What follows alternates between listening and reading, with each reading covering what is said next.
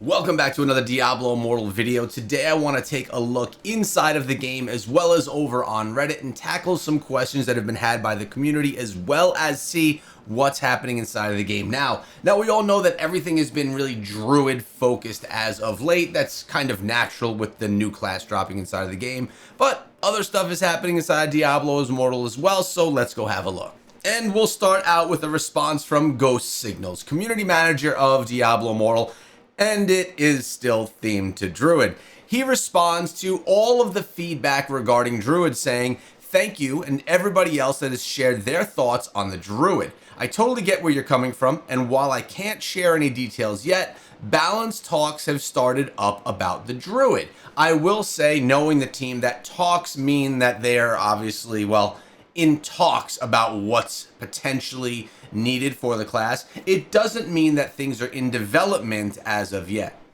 And he speaks on saying, "That doesn't necessarily mean that anything will necessarily happen or what you're particularly raising will be addressed. And I hope you get that I'm being non-committal because I can't promise anything. But we're looking at the data, taking your feedback, and we'll be making decisions based on those." So another instance where the community manager, Ghost Signals, steps up and is part of the discussion. He's actually part of the discussion in many other topics that are going to be part of this video as well. And I think it's great that our voices are being heard, whether we want things changed, whether we're happy, whether we're unhappy.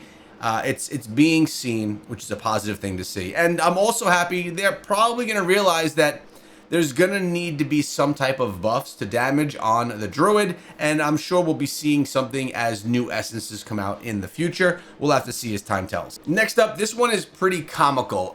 We have Heartbeach saying, essentially complaining about how Diablo Immortal is pay to win. Now, this has been something that we've known since day one of the game, and it's 3 years into the game at this point in time. The community responds with a little bit of frustration about this guy's complaint, like, yeah, you're complaining about orbs and all that stuff, but at the end of the day, Meteor Blade goes to say without people paying for the game wouldn't even be here. But then again, Ghost Signals, community manager of Diablo Immortal, chimes in and says, "Hey OP, first I want to say I understand your frustration, but what needs to be kept in mind is that this is a free-to-play game and players that choose to spend are needed to keep the game running, and to be frank, or to be honest, the players should have some sort of advantage or value because that's what keeps the game running."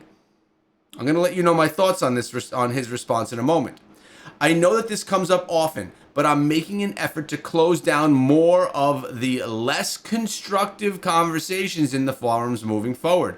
And we'll be closing this thread now. And we'll do the same for others like this moving forward." So this post is essentially just not one that has any value to it, besides just complaining about pay to win. So he's going to close it up. Now, I do want to discuss what he said here. Obviously, we know that free-to-play games need players to spend in them so that they can make money to continue development.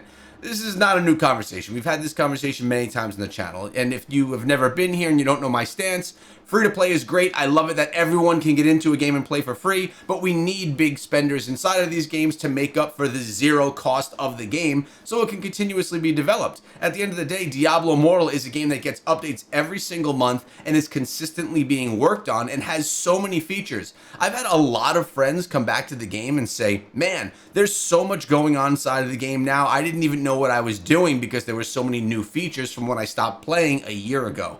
And this is going to continuously happen as the game will continuously evolve because people are spending inside of the game. Now, what's said right here, he says, "And to be frank, those players, the spenders, should have some sort of advantage or value." Now, that's where the pay to win comes in, right? I don't 100% feel that that's, I don't feel the same way. I feel that there's a lot of ways that people that pay for the game can earn value without that being value made into power, strength, and better chances of winning. But clearly that's the way that Diablo Immortal has gone. Again, it's no surprise. This has been going on since day one. It's basically the monetization strategy inside of the game. But what it does allow is it does allow everyone to play a Diablo game.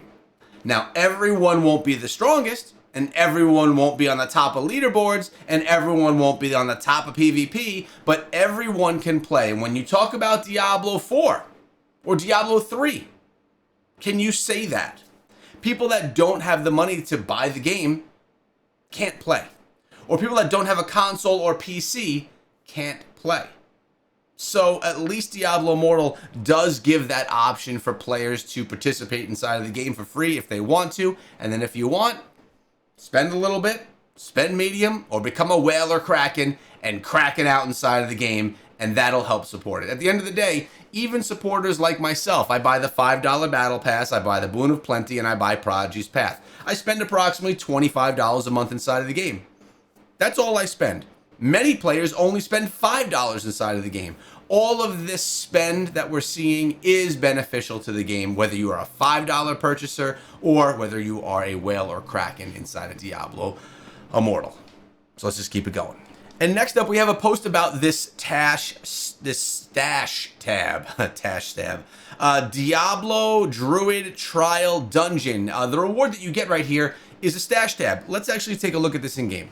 All right, so inside of the game, you'll notice that the rewards here for the Druid Trial are a mystery legendary item and a stash tab. The question was, is this a stash tab you have forever, or is it something that is temporary? It says +1 stash tab, event reward, expand your stash with 1 additional tab. Something I will say is there is a little timer. I don't know if you can see that little timer on the corner. What that means to me is that this is a temporary stash tab. This is not something that will be had forever inside of the game. And if I go to my stash, let me head on over there really quickly. We'll take a look at the stash tabs that I have, because I have some that are permanent and some that are temporary as well. So let me get myself out of the way. Notice I have these stash tabs, Boon of Plenty. See the timer in the corner of them? Those timers mean that if I stop purchasing the Boon of Plenty, I no longer have those stash tabs. Also, we have Authenticator bonus stash tab, and there are others you could purchase if you want to with the Platinum. So I believe that the stash tab that's being offered is a temporary one. And regarding the Druid Trial Grove Keeper's Call campaign, it seems that this issue has been completely fixed. Let me show you how I know this. Over on X, Jeet, who is also Ghost Signals, posted adventures that were affected by the Druid Trial event bug, the one that stole your 2 stance pieces of gear and your gems and your runes and that max level piece of gear. We have started the act of returning missing items to players, as well as a token of our appreciation for understanding and patience. So that does tell me that this event is now cleared up and that people can participate if you want to. That's up to you. If you still feel a little bit sketchy about it, the only thing you'd be missing out on is, well, the story, which is probably the most valuable thing here, but also a mystery legendary item and a mystery set item. The dungeon trial, you could do that as well, get yourself another mystery item. And the race has actually reset. It looks like it resets every week, and the rankings are now fresh. So now's a good time to get yourself on the top of the boards, since the competition is just a lot less, because the race reset, and we got rewards for them as well. Remember, with this race, the top player gets to name a piece of gear for the Druid class, which I guess is pretty cool for players that maybe want to be a part of the game. Now, on my stream yesterday, part of what I was doing, along with finding a bunch of essences and such, was I ran the Druid Trial race a few times. I didn't put much time into it, as you could see. I reached rank 67 in the race, and I got rewards for it. So I got a mystery legendary item, and I got myself a mystery set item. So participating in the event also gives you some nice rewards in that way as well, which was pretty cool, as is bear form with the Druid. Guys, hope you're doing well. Let me know how your day is going and what you're doing right now inside of Diablo. And also let me know, have you switched classes or are you still playing the Druid?